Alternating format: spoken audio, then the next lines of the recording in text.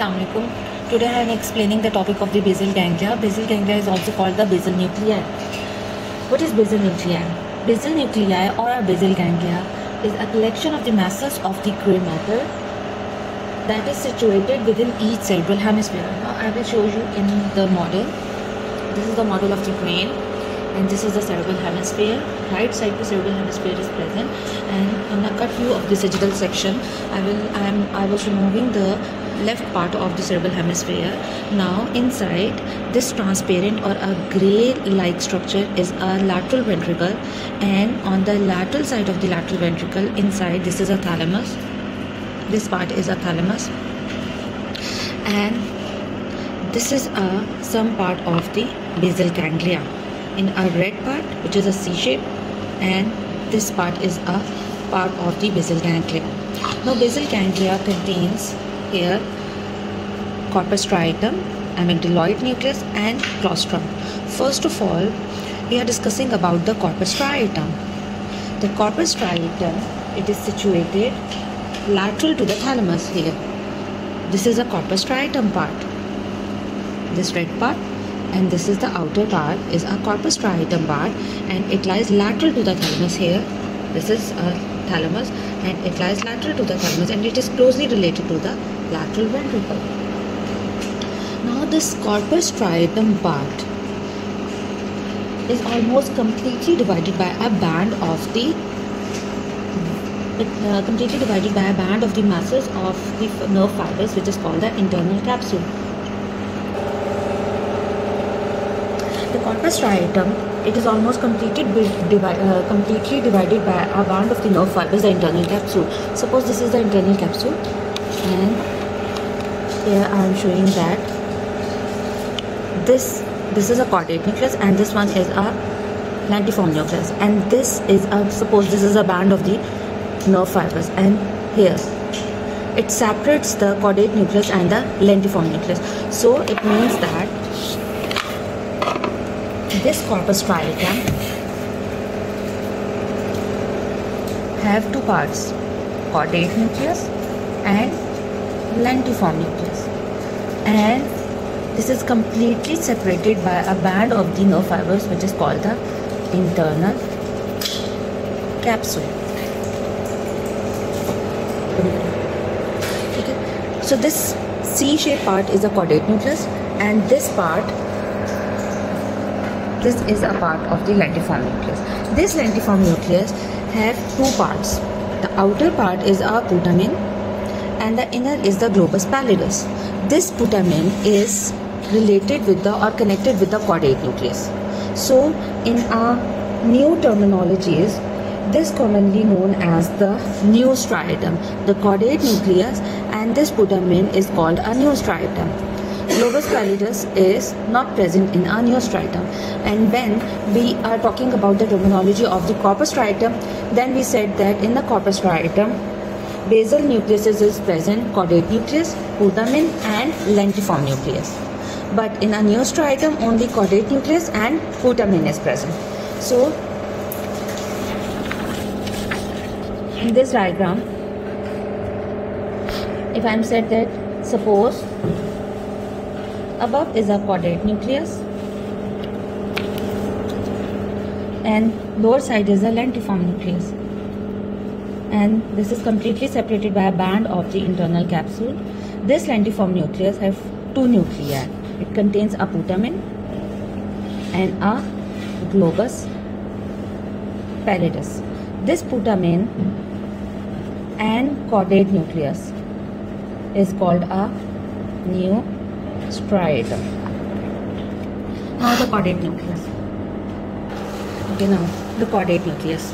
First of all, we are talking about the caudate nucleus, so that I am removing the lentiform nucleus. The caudate nucleus is a large C-shaped mass of the gray matter, and it is closely related to the lateral side of the lateral ventricle. So in a relation, caudate nucleus is present lateral to the thalamus, and caudate nucleus itself is present medial to the internal capsule. As already we are discussing that internal capsule separates the caudate nucleus and the lentiform nucleus. So in a relation of the caudate nucleus is present lateral to the thalamus, and it is present medial to the internal capsule. So first of all, we are talking about the head of the caudate nucleus. Head of the caudate nucleus, it is a large, this is a large and rounded and forms lateral wall of the anterior horn of the lateral ventricle. So this is the relation of the lateral ventricle. And the body of the caudate nucleus, it is a long and narrow, and it is continuous with the head in the region of the interventricular foramen. Now the tail of the caudate nucleus. This is a long and cylinder part, and it is continuous with the body into the posterior end of the thalamus, and it follows the contour of the lateral ventricle, and it terminates into the it terminates in the amygdaloid nucleus. So amygdaloid nucleus is present here in a termination part of the tail of the caudate nucleus. So now we are talking about the lentiform nucleus.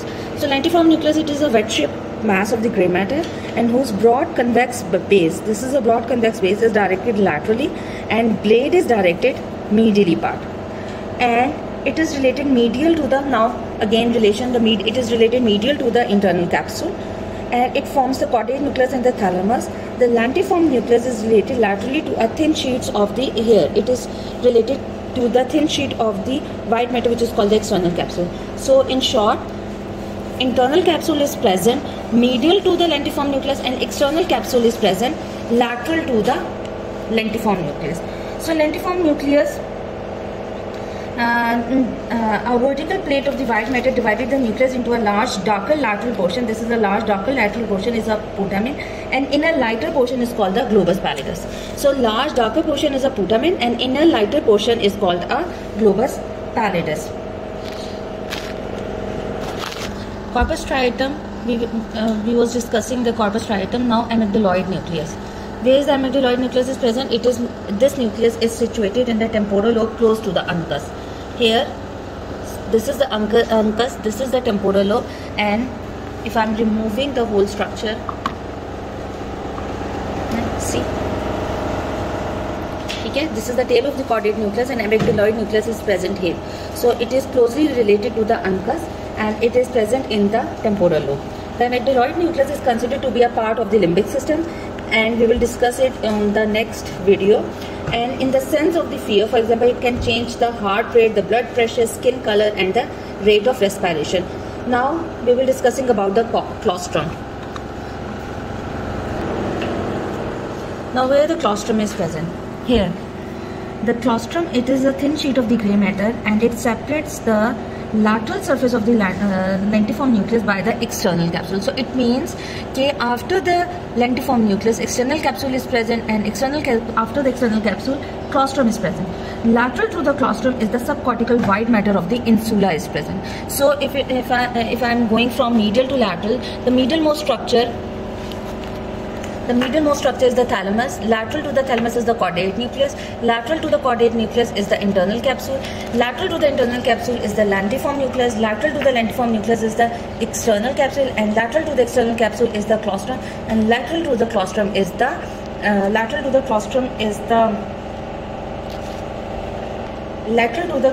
subcortical white matter of the insula. Now in this diagram, I am showing the structures of the basal ganglia. This is a transverse section of the horizontal or a transverse section of the cerebrum, and here it shows that in the mid part, this is a internal, and this is a third ventricle, okay, and this is a thalamus. The medialmost structure is a thalamus. Lateral to the thalamus is a caudate nucleus,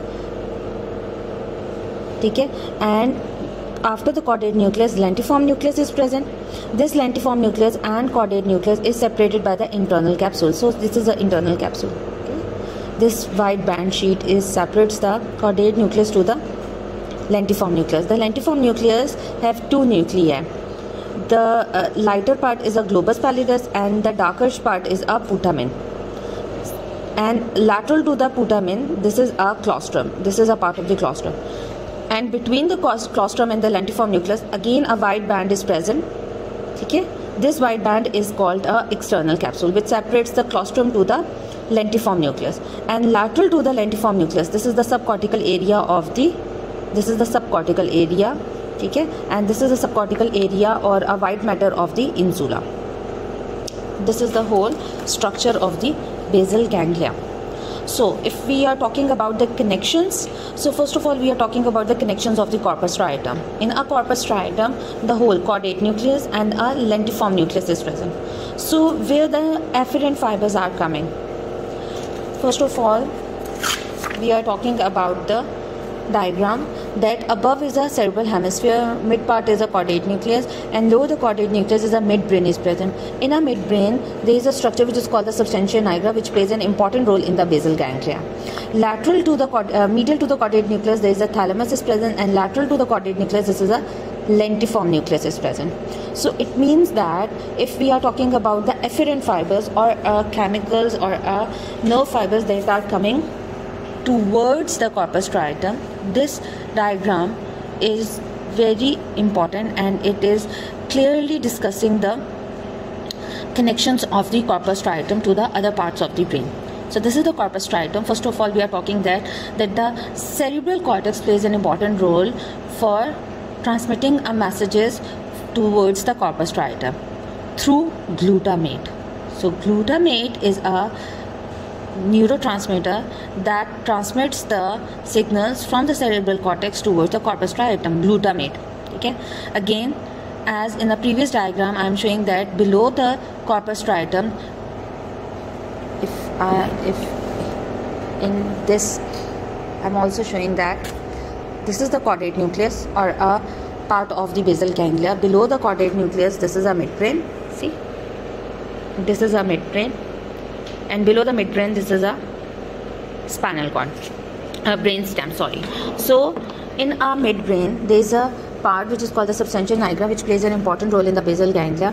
From the substantia nigra, a neurotransmitter dopa signals passing towards the corpus striatum, and it can activate the corpus striatum functions. So glutamate is coming from the cerebral cortex and dopa is coming towards the substantia nigra below side. And as we discussed that medial to the corpus striatum, this is a thalamus is present, and thalamus is also giving the structures, giving the signals towards the corpus striatum. So it means that the connections from the connections towards the corpus striatum is afferent fibers are coming towards the cerebral cortex and midbrain, substantia nigra, and the thalamus. Now, the only neurotransmitter which are passing out from the corpus striatum is a GABA. Now here, I said that if there is a degeneration in a GABA neurotransmitter, there is a degeneration in a GABA, it shows that the signals are coming towards the corpus striatum, but negative signals are not going towards to stop the signals of the substantia nigra or the cerebral cortex. So it means that a patient is presented with a twitching or involuntary movement of the body. That is why this type of the abnormality is called a chorea, involuntary movement, if there is a degeneration in a GABA neurotransmitter. Similar wise, if there is a degeneration or if there is some problem or there is a degeneration in the substantia nigra, then dopa is not transmitted towards the corpus striatum, so no movement is coming, and patient is presented with a so it means patient having a characteristic signs of the rigidity, bradykinesia, difficulty in initiating and performing a new movement, postural disturbance, and altering contractions of the agonist and antagonist, which is called the tremors.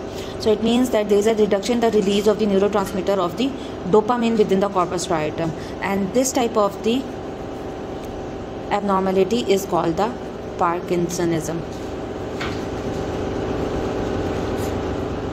So this diagram shows the degeneration of the inhibitory pathway between the corpus striatum and substantia nigra, okay, which is called the chorea or the Huntington's disease. So this is a lentiform nucleus and this is a caudate nucleus. This is the substantia nigra and this is the corpus striatum.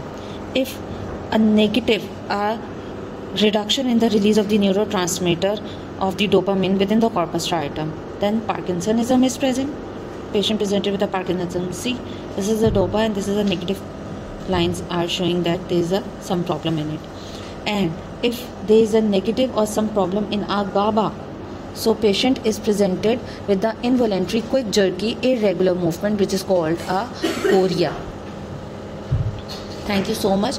This all about the brief discussion of the basal ganglia or the basal nucleus.